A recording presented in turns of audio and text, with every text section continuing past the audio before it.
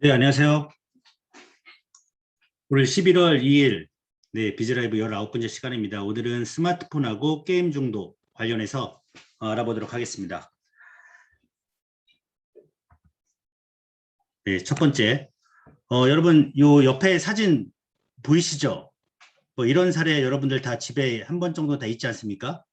네, 아이들이 게임에 빠져서 뭐 이거 해라 저거 해라 해도 그 말 들리지가 않고 계속 게임 하니까 결국 엄마가 화가 나서 네, 인상이 호랑이가 됐네요. 게임 중독 사례를 한번 읽어볼게요. 초등학생 자녀를 둔 김 씨는 최근 게임 문제로 아이에게 목소리를 높이는 일도 많아졌고요. 아이가 코로나 19로 인해 혼자 있는 시간이 들면서 몰래 게임을 하다가 들키는 일이 많아졌고요. 아이는 기존에도 집에 있는 시간이면 늘 게임을 할 정도로 게임을 좋아했고, 최근에는 부모가 집을 비운 시간, 취침 시간 등에 몰래 게임을 하는 등 중독된 듯한 모습이 보이기 시작했습니다. 아이를 혼내고 PC, 스마트폰을 뺏는 등 강하게 대응해봤으나 충돌만 잦을 뿐 게임에 대한 욕구나 게임 상량은 크게 변하지 않습니다. 시간이 지날수록 중독 증세는 심해지고 갈등과 훈육 사이에서 깊이 고민하고 있는 이 어머니들이 엄청 많으실 겁니다. 아까 보여드린 동영상에서도 이런 자극들이 계속 반복되기 때문에 책을 읽는 거나 다른 거에 대해서는 게임보다 그 강한 자극이 아니기 때문에 흥미가 별로 없어요. 그래서 결국은 게임을 할 수밖에 없고 다른 거 해도 애들이 재미없다고 하죠. 네, 이런 사례들이 아이 있는 집안이면 거의 다 있을 것 같습니다, 여러분. 그렇지 않습니까? 근데 더 재밌는 거는 네, 아이들만의 문제가 아니라는 거죠. 그렇죠? 네, 아이들만 게임만 하면 스마트폰 하면 뭐 아무 문제 없겠죠. 근데 중요한 거는 읽어보겠습니다. 주부 정모 씨는 요리를 하다가도 화장실에 앉아서도 잠들기 전 침대에 누워있을 때에도 스마트폰 게임을 합니다. 자려고 스마트폰을 꺼도 천장이 꿰인 화면처럼 보일 정도로 게임에 빠져 있고요. 최근에는 지하철에서 게임을 하다가 친구와 만나기로 한 약속 장소를 지나쳐 버리거나 반찬을 만들던 중이라는 걸 잊어버려 음식을 태우는 일도 잦아졌고요. 이런 사례 여러분들 한두 번씩은 다 있을 겁니다. 네. 전화하다가 고속도로 타고 있는데 톨게이트를 벗어난 일도 많고요. 그렇죠? 네. 한 정거장 뭐 지나가는 건 뭐 일도 아니고요. 중소기업의 임원인 강모 씨는 상담 기관을 알아보고 있다. 2년 전쯤 스마트폰으로 야한 동영상을 얼마든지 볼 수 있다는 친구만의 솔깃해 처음 음란물을 접한 후로 지금은 시도 때도 없이 동영상 앱을 켜서 음란물을 찾아보고요. 누군가 이런 내 모습을 보지 않을까 불안감과 자책감 때문에 생활하는 게 힘들어지면서 중독 치료를 받기로 결정했다 해서 아이들만의 문제가 아니고 이런 사례만 보면 저희 같은 성인도 문제가 될 것 같습니다. 중독 자가진단표입니다, 여러분. 3개 정도 하시면 정상이고요. 4개부터 7개면 중독 초기 증상이고요. 8개부터 10개면 중독입니다, 여러분. 네, 한번 해보겠습니다. 1번부터 10번 한번 읽어볼게요. 여러분도 한번 체크해 보시기 바랍니다. 스마트폰이 없으면 손이 떨리고 불안하다. 손이 떨리진 않지만 불안한 건 있죠. 스마트폰을 잃어버리면 친구를 잃은 느낌이다. 세 번째, 하루에 2시간 이상 스마트폰을 쓴다. 4번, 스마트폰에 설치한 앱이 30개 이상이고 대부분 사용한다. 5번, 화장실에 스마트폰을 가지고 간다. 5번까지 해서 벌써 4개 이상 나오신 분은 중독 초기 증상이 되겠습니다. 6번, 운전 중에도 틈틈이 스마트폰을 검색한다. 7번, 스마트폰 글자 쓰는 속도가 남들보다 빠르다. 네. 8번, 밥을 먹다가 스마트폰 소리가 들리면 즉시 달려간다. 9번, 보물 1호라고 여긴다. 10번, 스마트폰으로 홈쇼핑을 한 적이 2번 이상 있다. 네.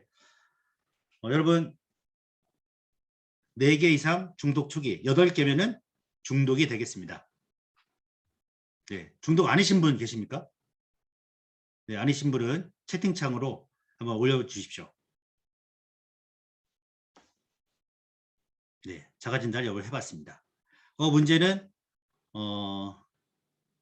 이 중독자분의 90%가 다른 질환을 갖고 있다는 게 문제입니다, 여러분. 예, 읽어보겠습니다. 게임 중독자 10명 중 9명은 공존 질환을 갖고 있다. 게임 중독 상담 치유 전문기관인 게임과 몰입 힐링센터가 최근 개최한 심포지엄에서 발표한 내용입니다. 예, 중앙대병원 등 5개 병원에 개설되어 있는데요.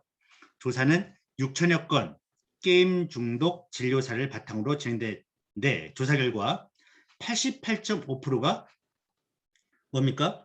게임 중독자의 88.5%가 다른 질환이 있다는 겁니다, 여러분. 뭐냐면 주의력 결핍 과잉행동 장애, 우울증, 조울증, 아스퍼거 증후군으로 나타났고요.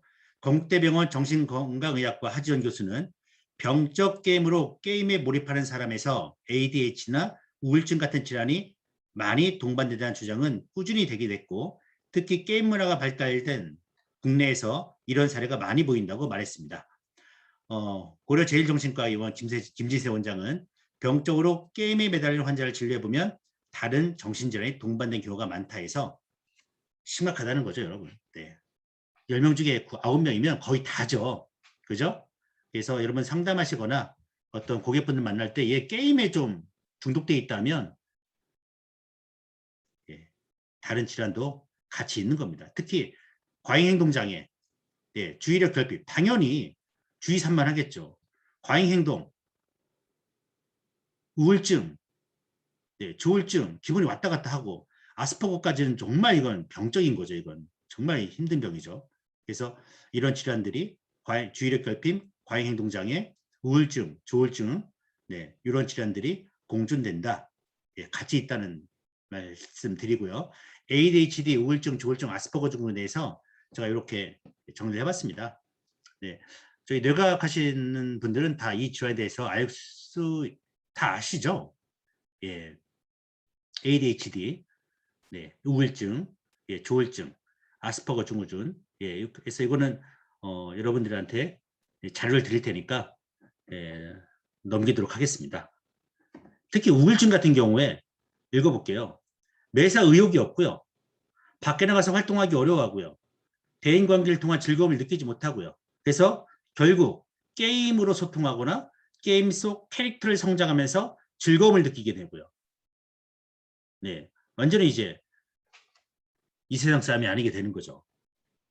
네, 조울증, 기분이 과도하게 좋은 조증 지가 있죠. 밤새도록 하는 거죠, 게임을. 네, 게다가 결국은 도박까지 가고 예전에 보니까 중학생이 아파트 전세가까지 날리는 네, 그런 경우가 있었죠. 심각해집니다, 여러분. 네. 게임 중독은 예, 뇌의 일부분만 활성화된다. 예, 유젠 토드 미국 유타대 정신과 교수 이분이 2012년도 우리나라 심포지엄에 오셔서 한 얘기입니다. 일단은 여러분들이 게임 중독이라는 것이 게임 중독 자체로만 질환이 될 수가 없고 이 공존 질환이 있다. ADHD, 우울증, 조울증 예, 이런 질환이 꼭 있다는 거 아시고 상담해 주시면 좋을 것 같고요. 그 다음 뇌의 부분으로 본다면 한 부분만 활성화가 되는 겁니다. 전체적으로 활성화되는 게 아니라 게임할 때 뇌 일부만 활성화되는데 읽어볼게요. 게임 과몰입에 대한 과학적 접근이 필요하고 청소년 기회대에는 계속 변화한다. 어찌 보면 인생 전반을 결정할 수 있는 기간이지만 취약한 부분이 많다. 게임에 중독된 청소년은 뇌 일부분이 지나치게 활성화되는 경향이 있다. 이제 과학적, 의학적, 치료적 관점에서 접근해야 한다 했습니다.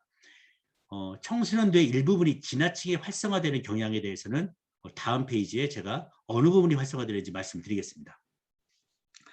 최광식 당시에 문화부 장관이 뇌 활성화 구체적으로 뭘 의미하는가 했을 때 그 교수님이 신경조사 결과 게임을 많이 하면 청소년 뇌의 신진대사 과정에서 변화가 일어난다는 사실을 알게 됐고 뇌의 구조와 시스템이 바뀐다고 했습니다. 청소년 뇌는 사회 기술을 습득하는 프로세스를 구축하게 되는데 게임 영향에 따른 변화로 이런 프로세스 구축이 어려울 것으로 보이고요. 과학적 증거를 바탕으로 청소년 뇌가 바르게 성장할 수 있도록 해야 한다 해서 뇌 구조와 시스템이 거의 이 시기에 구축이 어렵다고 이렇게 얘기하고 있습니다. 그래서 어느 부분이 활성화되는지 요 사진을 찍은 겁니다. 그래서 연세대학교하고 한양대 공동연구진이 게임 때문에 일상생활에 지장을 받는다고 답한 게임 중독군 24명을 대상으로 게임할 엄마, 때 나 햄버거 먹고 싶어. 네, 갑자기 아이의 목소리가 나왔었습니다. 게임 중독군 뇌 뒤쪽 특정 부분만 뇌 뒤쪽 특정 부분만 벌겋게 뇌파가 활성화됩니다. 여기 게임 중독군 뇌파 보면 이 뒤쪽에 후두엽 부분이죠. 후두엽 부분이 이제 시각적인 부분입니다. 화려한 이 게임 할 때 이 영화 화면에 나오는 이 영상들이 요 시각에 쫙쫙 꽂히면서 요 앞부분 뭐 전두엽 공간 이쪽은 활성화되지 않고 눈으로 보면 화려한 것들이 막 다가오는 거죠. 그래서 뇌 뒤쪽 특정 부위만 활성화된다. 일반인들은 골고루 활성화된다. 게임을 할 땐 전략도 짜고 문제도 해결해야 해서 뇌 전체를 사용해야 하는 게 보통인데 게임 중독군은 별 생각 없이 습관처럼 게임을 해서 뇌파 활성이 제한적이라는 설명입니다. 그래서 이제 뇌파 쪽을 한번 보겠습니다. 게임 중독 변한 우리 아이의 뇌에서 요거는 한 장으로 한번 출력을 해가지고 여러분들이 앞에다 걸어놓어도 될 것 같습니다. 네. 1번 뇌 보상 중추 영역이 확장되고 감정, 인지 조절을 맡는 아래쪽 전두엽과 전두 대피질 연결부가 손상이 된답니다, 여러분. 감정 인지 조절이 되겠습니까? 안 되겠습니까? 안 되죠. 제가 예를 드는 게 뭐냐면 컴퓨터 게임을 아주 열심히 하고 있는 아이한테 전화를 딱 뺐을 때 아이가 어떤 반응을 보일까? 거의 주먹을 쥐고 반말 나오는 아이들이 거의 한 7, 80%입니다. 네. 그래서 결국은 게임 중독 뇌사진하고 코카인 중독 뇌사진이 거의 비슷하다. 네, 이런 결과가 있고요. 네. 두 번째, 전두엽 기능 이상. 네. 폭력 게임이 뇌에 미치는 영향에서 처음부터 일주일 이런 어떤 영향이냐면 이제 폭력적 성향이 강해지다는 연구진이 나왔고요. 그다음에 세 번째가 이제 아까 말씀드린 후두엽 부분, 뇌 시각 처리 영역만 발달한다. 이런 내용입니다, 여러분. 그래서 빠른 화면 전환에 적용되고요. 그래서 일상시에 주의력 결핍, 그다음에 과잉 행동 장애 유발할 수 있다 해서 첫 번째, 두 번째, 세 번째, 즉 전두엽 부분 2개고 후두엽 부분 하나, 대뇌 피질 중에서 이렇게 설명을 해주시면 될 것 같습니다. 그다음 인터넷 게임 중독과 뇌파의 기능 이상의 상관관계에서 아까 그 8시 전에 보여드린 보람의 병원, 서울대학교 병원에서 운영하고 있는 보람의 병원 정신건강의학과 팀에서 요 뇌파와의 상관관계를 얘기했습니다. 두 번째 보면은 연구팀은 인터넷 게임 중독 환자들과 알코올 중독 환자, 일반인 그룹은 나누어 편안하고 눈을 감고 있는 상태, 편안하게 눈을 감고 있는 상태에서 뇌파를 특정해 인터넷 게임 중독 뇌파의 특징을 비교 분석했습니다. 분석 결과 알코올 중독이나 정상인 대조군과는 다르게 인터넷 게임 중독 환자들에게서 베타파의 크기가 감소한 것으로 나타났다. 네, 베타파. 네, 여러분 베타파 아시죠? 베타파.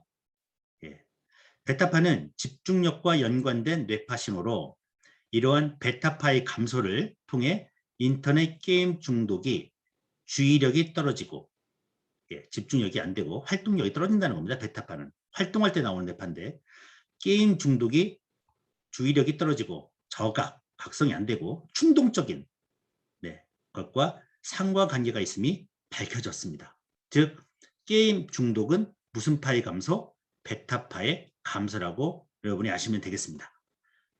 이거는 이제 파나톡스 저희 뉴로하모니 실시간 뇌파 측정 프로그램인 뉴로스펙으로 촬영해 본 겁니다.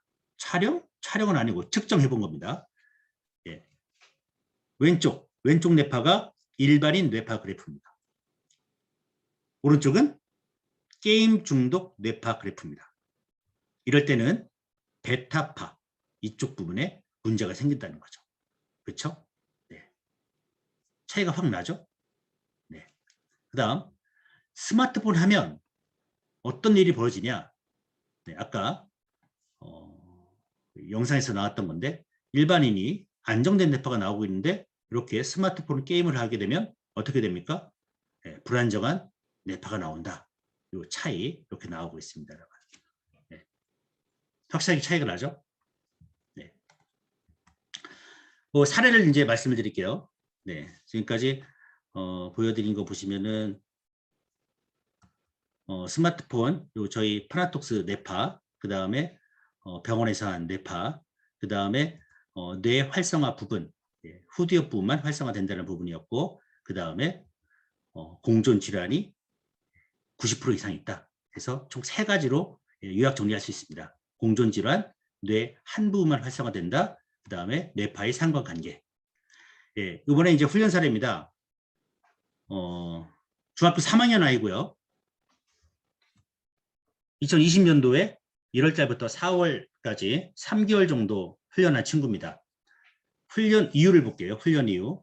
예, 부모 상담입니다. 학습 능력이 현저히 떨어져서 과목당 20점 정도 최하 수준이었고요. 집중력이 떨어져서 수업 이해가 전혀 되지 않고 학원을 보내도 효과가 없을 것으로 생각했습니다. 게임을 밤늦게까지 해서 수면 부족 현상이 있었고요. 휴대폰을 찾아내서 게임을 밤새 한다고 합니다. 예, 밤새도록 게임하니까 뭐 이렇게 면역도 좋지 않아서 기관지도 좋지 않고 가래를 자주 뱉고 네, 휴지를 입에 대고 있으며 사교성이 떨어지고 친구가 없다. 예, 아까 말한 이제 우울증 비슷한 친구가 되겠습니다. 매사 의욕이 없고요. 네, 이 게임에 빠지게 되는 그런 상황이었습니다. 예, 3개월 정도 훈련했습니다. 예, 휴식 2달 정도 훈련했고요. 예, 주에 1, 2회 했고요. 주의력으로 예, 나머지 3번째 달 3회 이상 4월부터는 이렇게 훈련 중이죠. 경감의 효과 보겠습니다. 공부를 하면 훈련 전에 비해 알아듣기 쉽고 이해가 잘 된다고 했고요. 수학은 80점, 영어는 70점으로 여기 20점에서 수학 80, 영어 70점으로 3개월 만에 점프했고요. 게임을 조금 적게 하고 있고요. 가래배는 횟수가 적었고요. 훈련 3개월 전까지 답보 상태를 보이다가 3개월이 지나면서 효과가 나타났다고 봅니다. 제가 볼 때 주에 1, 2회 정도 하면 크게 많이 효과가 나지 않을 것 같습니다. 3회 정도는 해야 하지 않나 저는 그렇게 생각하고 있고요. 훈련이 3개월이 지나면서 브레인 지수 많이 좋아지고 있다고 합니다. 한번 차트 보면서 보겠습니다. 네, 1, 2월 달 뇌파입니다. 예. 네, 아까 말씀드린 대로 요 베타파 부분, 그 다음에 뒤에 델타파 부분이 상당히 세고요. 3개월 됐을 때 이렇게 뇌파가 안정화되고 있는 모습이 보이고 있습니다. 자기결 지수 보겠습니다. 자기결 지수 봤을 때 기본 상태, 휴식, 주의, 집중력 이 3가지를 보는데 이 3가지는 인간의 기본 상태, 잠자는 상황 빼고 휴식을 취하고 주변을 관찰하고 어떤 부분에 집중을 하고 다시 휴식 취하고 관찰하고 집중하고 이 3가지 능력을 보는데 보통 25점에서 30점 정도가 나와야 아주 우수한 점수입니다. 근데 주의력 괜찮고 집중력도 뭐 이 정도면 양호한 상태인데 휴식 점수가 11점밖에 나오지 않습니다. 그죠? 그러면 이 친구는 잠을 못 자는 상태죠. 그죠? 그리고 이 친구 공부 못하는 이유는 어떤 이유입니까? 집중력 부분입니까? 주의력 부분입니까? 네, 휴식 부분이죠. 예, 뇌가 피곤하기 때문에 공부를 할 수가 없는 상태입니다, 여러분. 네, 아주 과학적으로 딱 차트가 나오죠. 저 아이는 왜 공부 못할까? 잠을 못 자고 있다. 왜 잠을 못 잘까? 예, 게임하고 있구나. 이렇게 예, 하나의 꼬리를 묶고 이렇게 상담을 하면 답이 나올 겁니다, 여러분. 자기 조절 능력이 42점밖에 안 되는데 3개월 뒤에 이렇게 나왔습니다. 네, 30점, 30점, 28점. 그래서 자기 조절 지수가 100점이 나옵니다, 여러분. 네, 그러면은 내가 나를 예, 조절할 수 있는, 공부할 때 공부하고 게임할 때 게임하고 예, 그런 능력이 생기는 거죠. 뭐 이 정도 하면 집안에 평화가 오겠죠. 아이의 꿈도 생기고, 네. 딱 여러분 3개월만 우리 아이들 3개월만이라도 뇌 운동 좀 시켜주십시오. 예, 우리 아이들은 3개월 정도 하면 뇌가 아주 탄력적인 뇌이기 때문에 효과가 바로 납니다. 네. 이 정도면은 영어 수학 점수 20, 30점대, 네. 이 정도면 7, 80점대. 네. 바로 오른다고 하지 않습니까? 주의지수 보겠습니다. 뇌가 얼마나 각성되어 있냐, 그 다음에 면역이 얼마나 좋으냐, 이걸 보는 겁니다. 네. 그랬을 때 이 비율 보더라도 4.993 좌뇌, 우뇌 5.897. 네. 이 비율이 세타파하고 SM알파 이 비율 아닙니까? 아주 높죠. 네. 상당히 나쁜데 이렇게 3점대로 줄어들었습니다, 여러분. 뇌가 깨어진다는 거죠. 예, 각성된다. 뇌가 깨어진다. 정신 차린다. 예, 그렇게 말씀드리면 될 것 같습니다. 몸의 긴장도가 43, 53점에서 16점대로 쭉 들었고요. 네, 긴장도 10점 정도가 이제 10점 이하가 예, 정상적인 건데 아주 좋아지고 있고, 산만도가 1.15, 1.36에서 0.7, 0.6으로 뇌가 아주 안정화가 되고 있습니다. 그 다음에 주의지수도 39, 30. 네, 정신 못 차리고 있었죠. 네, 그런데 60, 65점으로 아주 좋아지고 있는 겁니다. 즉 아까 말씀드린 뇌의 일부분만 활성화된다는 것은 뇌가 기능적으로 연결이 안 된다는 거죠. 그죠? 뇌에 연결이 안 돼 있다. 그 연결 문제를 어떻게 해결해야 합니까? 예, 신경망을 연결시켜야죠. 네, 그래서 신경망 연결시키는 게 바로 저희 누르 피드백입니다, 여러분. 네, 주의지수 봤고요. 스트레스 지수 보겠습니다. 네, 스트레스 지수, 항스트레스 지수가 43, 31. 네, 이런 아이들한테 점수가 낮죠. 100점 만점인데 43, 31이면 아주 낮은 점수인데, 이런 아이에게 너 게임 하지 마 하면 어떤 반응이 나올 것 같습니까? 화가 나는 거죠. 분이 뭔데? 나 이거 재밌어. 난 이거 할 거야. 반항. 네, 이런 바로 그게 답이 나오죠. 부모님은 뭐 있길래 뭐 이런 친구도 다 하는데, 근데 요 스트레스 지수가 75점대로 올라갑니다. 그러면은 어떻게 됩니까? 스트레스를 어떻게 해요? 스트레스를 하나의 문제로 보고 예, 사고적으로 해결하려고 접근하죠. 즉 우리 감정적으로 다가가서 이렇게 스트레스를 해결하는 게 아니라 이성적으로, 전두엽으로, 즉 이 문제는 내가 좀 이따 정리하면 되겠다. 네, 게임 이거 좀 이따 하면 되겠다. 예, 그때부터 사고라는 말이 뭡니까? 예, 문제 해결이죠. 예, 문제 해결적으로 스트레스에 접근한다, 이렇게 보시면 되겠습니다. 네, 3개월 만에 이런 효과가 나서 중독에서 벗어나서 예, 공부도 잘 되고 집중도 잘 되고 성적이 많이 오른 사례고요. 또 하나의 사례 읽어보겠습니다. 우리 아들은 게임 중독입니다. 하루 온종일 PC를 붙잡고 있고 그게 아니면 핸드폰 게임만 합니다.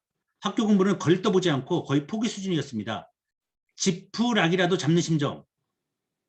여러분 아시죠? 어떻게 하시냐면 파낙톡스에 오시는 분들이 90%가 지푸락이라도 잡는 심정으로 오십니다, 여러분. 네.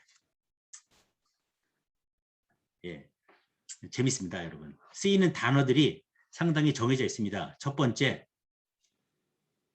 예, 지푸라기라도 잡는 심정. 예, 두 번째, 세상에 그런 게 어딨어.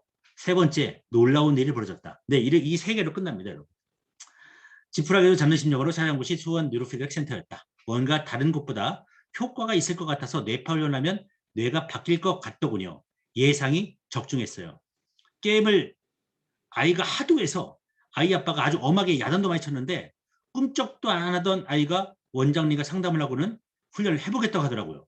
원장님이 우리 아들 같은 경우는 너무 완강하고 고집이 있어서 좋아지기까지 시간이 좀 걸릴 거라고 하셨는데 6개월 정도 되니까 PC방에 가지 않더라고요. 대단한 일이죠. 네. 그 사이 계속 시행착오가 있었지만 센터 선생님들과 아이 그리고 집에서까지 서로 도우고 고민하며 게임을 줄여갈 수 있었습니다.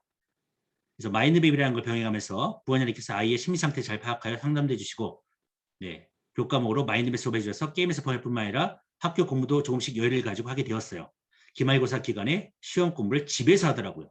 정말 많은 게 아니고 엄청난 변화입니다. 네, 게임만 안 하게 되면 정말 좋겠다고 생각하며 시작했는데 이렇게 아이가 좋아지게 돼서 너무 만족스럽습니다. 네, 그래서 그 아이 뇌파입니다, 여러분. 뇌파입니다. 네. 뇌파에 너무 몰입하지 마십시오. 네. 이렇게 보시고 뭐 게임 중독 이런 얘기 나오나 스마트폰 여쭤보시고요. 스마트폰 중독이라고 상담이 나오면 또 다른 질환도 있겠구나 해서 여쭤보시고요. 예, 뭐 대인기피나 우울이나 조울이나 주의 산만이나 과잉 행동이나 이렇게 여쭤보시면 상담에서 다 말씀을 드릴 겁니다. 예. 그 사례 아까 그 사례인데요. 어떻게 훈련했냐면 게임에 푹 빠져서 현실보다 게임 속 상상 세계에 가 있기를 좋아하는 친구였고 아버지가 엄격하게 게임을 할 수 있는 기계들을 통제하고 동선까지 파악해서 게임을 할 수 있는 통로를 막으려고까지 하셨는데 아이는 점점 더 빠져들었습니다. 처음부터 아이는 아주 완강하게 훈련하지 않겠다고 의사를 표현했으므로 긴 상담이 필요했지만 상담 끝에 훈련을 해보기로 결정했고요. 주 3회 주의력 모드 훈련으로 하면서 게임에 대한 이야기를 나누고 게임이 아이의 삶에 미치는 영향에 대해 객관적으로 볼 수 있게 질문하면서 게임이 자신의 삶에 어떤 모습으로 만들고 있는지 객관적으로 볼 수 있게 도와주었습니다. 현재 이 친구는 뇌파가 좋아진 것은 물론이고 PC방에 가서 게임을 하는 것을 스스로 조절할 수 있게 되었습니다. 학업도 향상되고 학교 생활도 이전보다 활기차졌습니다. 그래서 이 아이는 정말 심각한 아이였죠. 그죠? 아버지가 동선까지 파악해서 PC방에 있냐 없냐 PC방 주인에게도 얘기하고 뭐 그렇겠죠. 하지만 6개월 뒤에 아까 친구는 3개월 걸렸고요. 이 아이는 6개월 정도 걸렸습니다. 결국은 뭐가 좋았습니까? 조절 능력. 내가 나를 컨트롤할 수 있는 능력이 좋아지는 겁니다, 여러분. 그게 뉴로피드백은 딱 두 가지입니다. 결국은 내가 나를 컨트롤할 수 있는 능력, 자아 존중감이고요. 두 번째, 나는 할 수 있다. 예. 나는 무슨 일을 할 수 있다. 난 자신 있다. 예. 그거 딱 두 가지 봅니다, 여러분. 네. 이분은 이제 알코올 중독 있었던 분입니다. 예. 이렇게 예. 계한, 폐한, 계한, 예. 좌뇌우뇌, 계한, 폐한 뭐 변함이 없고요. 이렇게 줄줄줄 이렇게 선이 막 이렇게 내려오는 것은 예.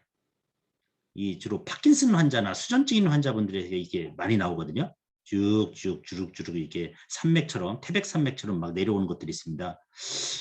그러면은 여러분 네. 알코올 중독이십니까? 이렇게 맞추려고 하지 마시고 미세한 좀 떨림이 있는데 뭐 이렇게 여쭤보시면 됩니다, 여러분.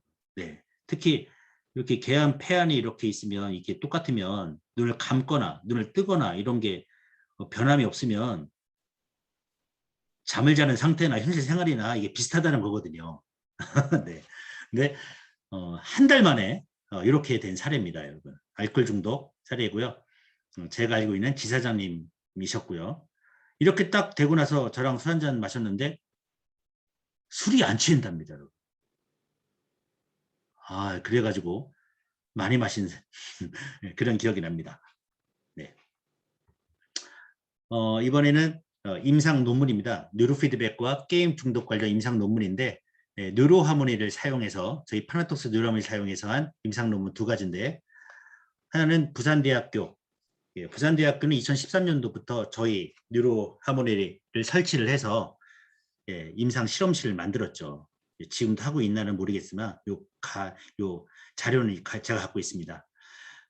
제목이 뉴로피드백과 인지행동 치료의 인터넷 게임 중독 치료 효과 비교 연구 부산대학교 심리학과 논문이 있고요. 장로회 신학대학교 대학원에서 목회 상담학 하시는 분이 저희 걸 사용해서 인터넷 중독 아동을 위한 브레인 코칭이라는 논문을 발표했습니다. 그 중에서 하나만 보도록 하겠습니다. 결과만 보겠습니다. 그리고 이 자료는 제가 단톡방에 올려드리도록 할게요. 논문 자료입니다. 전 국민이 지금 뭐 인터넷 게임 중독 치료 받아야 하지 않습니까? 스마트폰 중독, 게임 중독. 심각하지만 심각하지 않게 생각하는 것이 더 심각하죠. 첫 번째, 뉴로피드백 집단의 경우 게임 중독 점수, 충동성 점수, 자기통제 점수에서 모두 유의한 변화를 보였다. 이는 뉴로피드백 훈련이 인터넷 게임 중독을 완화하고 충동성, 자기통제력 개선에 긍정적 영향을 줄 수 있다는 제시한다. 이 결과치는 저희 아까 사례 3개월 걸린 친구, 6개월 걸린 친구하고도 똑같습니다. 자기통제력, 자기조절 능력이죠. 둘째, 인지행동 치료를 받은 집단과 비교했을 때 충동성이 유의하게 감소하였고 이는 뉴로피드백의 신경치료적 접근이 충동성과 관련된 전두엽 기능 향상에 긍정적 영향을 미칠 수 있음을 시사한다. 전두엽 기능 향상에 긍정적 영향을 미칠 수 있다는 것은 아까 뇌의 일부분만 활성화된다고 했을 때 어느 부분이 활성화됐습니까? 시각 부분, 후두엽만 활성화됐는데 뉴로피드백을 하게 되면 어떻게 돼요? 전두엽 기능 향상에 긍정적 영향을 미쳤다. 이 결과가 나옵니다. 특히 이런 게 중요한 부분이죠. 인터넷 게임 중독 청소년들에게 적용시킨 SMR, 베타 모드가 충동성 감소와 뇌의 적정한 각성을 유도했다고 볼 수 있다. 뇌 안정화는 이미 미숙한 판단력이나 즉각적 자극을 추구하는 경향성에서도 긍정적 영향을 미칠 것이라 기대해 본다. 세 번째, 인터넷 게임 중독 대상자들에게 새로운 치료적 게임을 시도하였다. 지금 중독 치료하시는 분들이 거의 뭐 하고 있습니까? 약물 치료도 한다고 하는데 심리 치료도 하고 있지만 새로운 가능성, 가능성은 뉴로피드백입니다, 여러분. 어떠한 약물도 필요 없고 어떠한 부작용, 어떠한 고통도 없이 효과는 반영구적인 효과가 있는 뉴로피드백을 하게 되면 어떤 누구든 게임 중독에서 3개월에서 아주 길면 6개월이면 다 벗어나서 인간다운 삶을 살지 않을까 그렇게 생각을 합니다. e스포츠 현실인데 이건 정말 게임으로 스포츠 대회에 나가서 금메달까지 따는 친구들이었는데 2018년도에 아시안게임에서 중국에게 패합니다. 여러분 2022년도 아시안게임이 인도네시아에서 하나요? 거기에 e스포츠가 몇 종목인지 아십니까? 12종목입니다, 여러분. 12종목. 거기에서 이제 충격적인 패를 당했다 해서 우리나라가 그냥 1등 했거든요. 그래서 이 체계를 바꿔야 한다는 내용인데 이 내용은 시간상 그냥 정리해 말씀드리면 여기 기존의 교육 방식 있잖아요. 기존의 교육 방식 딱 e스포츠 교육은 피지컬 교육, 멘탈 교육 이쪽 교육인데 정신 육체적 훈련 방식이 없답니다. 정신적 육체적 훈련 방식이 전무하다. 그래서 어떻게 해야 하느냐? 예, 과학적 체계적 교육 방식으로 가야 하는데 결론이 뉴로 바이오 예, 제가 하도 말하니까 이렇게 꼬였습니다. 예, 서강대 최삼화 교수님인데 뉴로 바이오 피드백, 뉴로 피드백 그리고 뇌 과학이 접목된 심리기술 프로그램 교육과 PST 예, 프로그램을 접목한 심리치료 교육은 타 종목에 비해 긴 슬럼프를 겪는 선수들이 많은 e스포츠 선수 트레이닝 프로그램에 필수적으로 해야 한다. 그 다음 두 번째, 인성교육. 인성교육을 해야 한다. 예, 이 두 가지를 얘기하고 있습니다. 결국은 뭡니까? 네, 멘탈, 네, 정신, 예, 정신건강, 멘탈, 뭐가 필요하다? 뉴로 피드백이 필요하고 필수적으로 해야 한다. 예, 이런 내용이었습니다.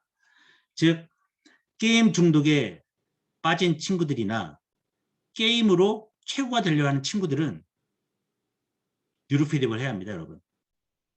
특히 게임 중독된 친구들에게 꼭 필요한 마지막 문구인데요. 읽어보겠습니다. 뉴로 피드백을 이용해서 두려움이 계속되는 공포, 수치심, 분노의 특성을 강화시키는 뇌 희로에 끼어들어서 공포감도 없애고 수치심도 없애고 분노 특성도 없앨 수가 있고요. 뉴로 피드백은 뇌를 안정화시키고 회복력을 증대시켜서 자신이 택할 수 있는 여러 가지 반응 양식을 떠올 수 있게 했다 해서 자아 존중감, 그죠?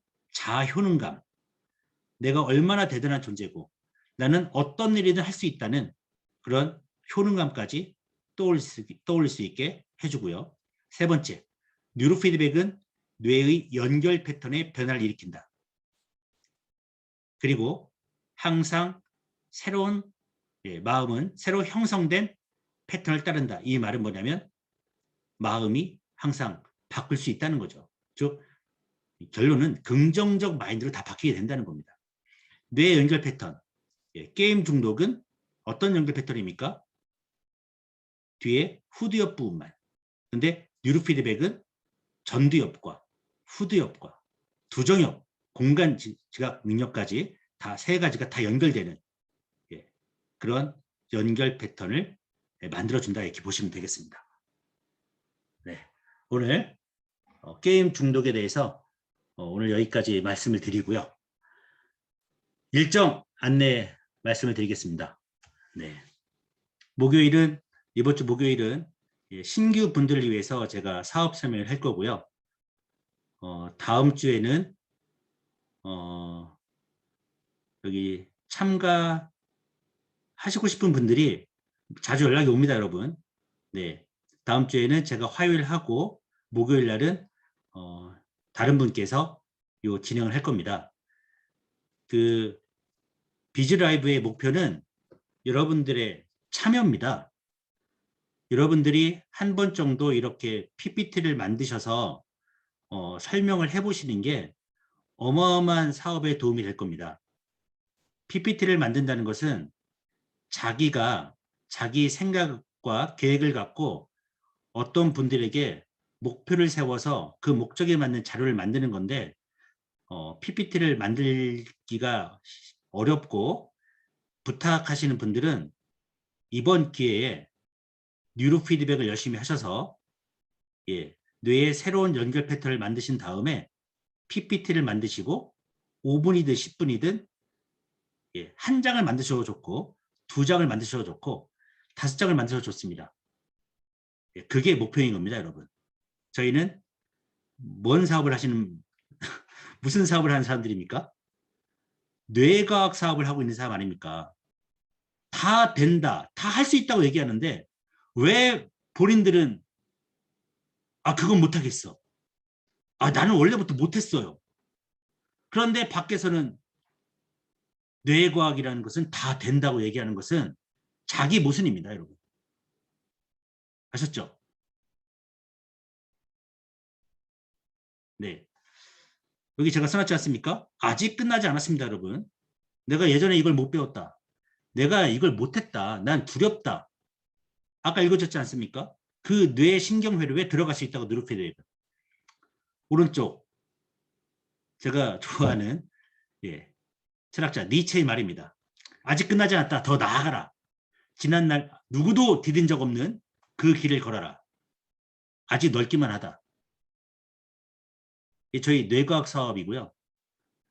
이걸 꼭 뇌과학 사업 영역이라고 보지 마시고 본인의 여러분 자신의 길이라고 생각해 보십시오.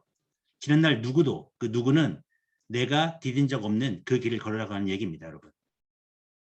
그래서 다음 주에 이번 달에는 두 분이 같이 참여하기로 하셨고요. 11월 달에도 두 분이 참여하기로 하셨습니다. 그래서 여러분들이 5분이든 10분이든 같이 참여하셔서 정말 좋은 사례도, 그다음에 좋은 자료, 그리고 그냥 하고 싶으신 말씀, 이런 말씀 해주시면 고맙겠습니다.